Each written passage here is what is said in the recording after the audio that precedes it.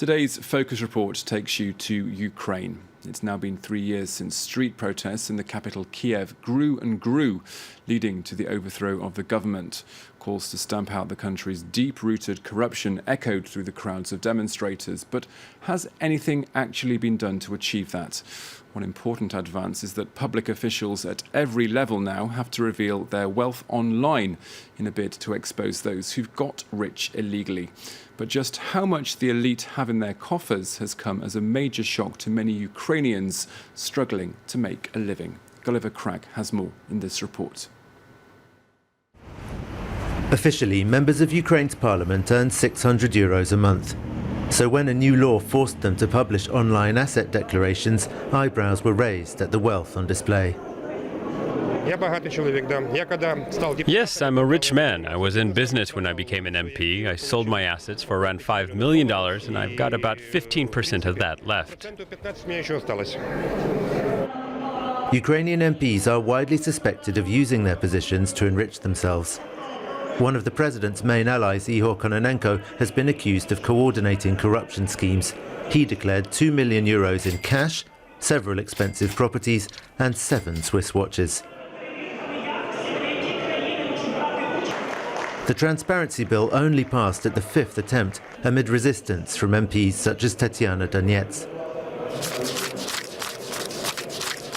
While Donets and Kononenko declared various business interests, others' wealth is wholly unaccounted for.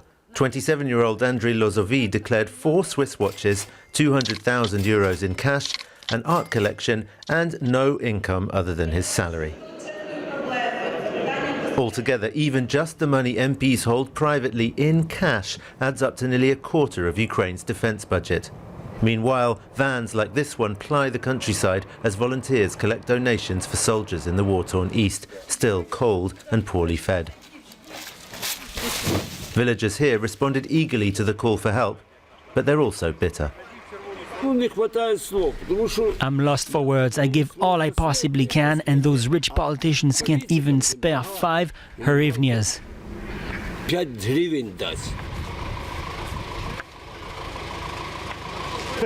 They should be handcuffed and sent to Siberia. They stole so much, and they won't even finance the army properly. Stainless steel, my favorite. You think it's expensive? How much is it? It's $7,000. Vyacheslav Konstantinovsky doesn't mind showing off his wealth because he feels he has done his part. He says he donated $1 million to the army and even served for 2 months on the front line before entering parliament in 2014. The former banker has urged anti-corruption sleuths to investigate him first so he can prove his money was earned cleanly. I want people to understand that I'm not one of these guys who were ripping them apart, who were stealing. I want to do it as soon as possible. Сидеть. Konstantinovsky hopes the e-declaration system, as it's known, will have a big impact. The e-declaration is a revolution. Politics who wants to take bribes, they will understand soon that what they're going to do with this money, where you're going to put the cash. I feel that for all these years, we get even, because I had to work, I had to pay taxes. Now, they're in a deep, But are they, really?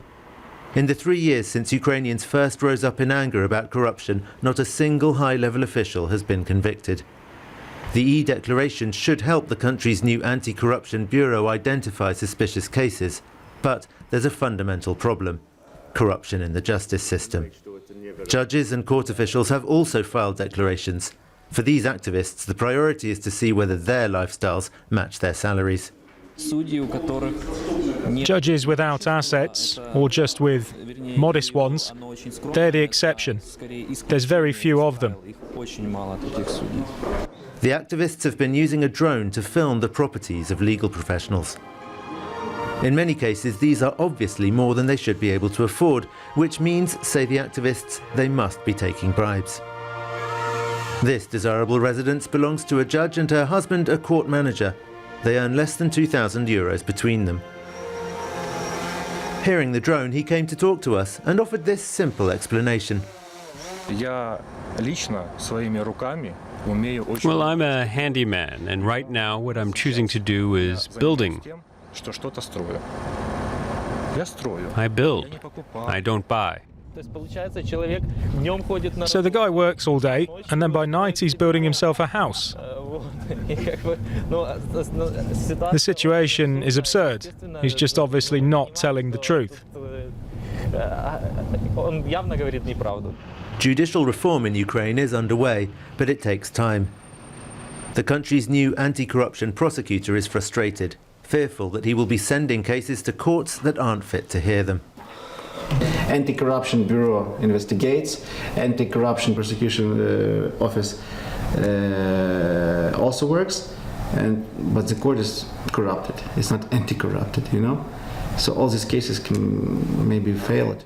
Holodnitsky and others say Ukraine needs a special, separate anti-corruption court with all new staff untainted by the old system. But so far, the government is not convinced.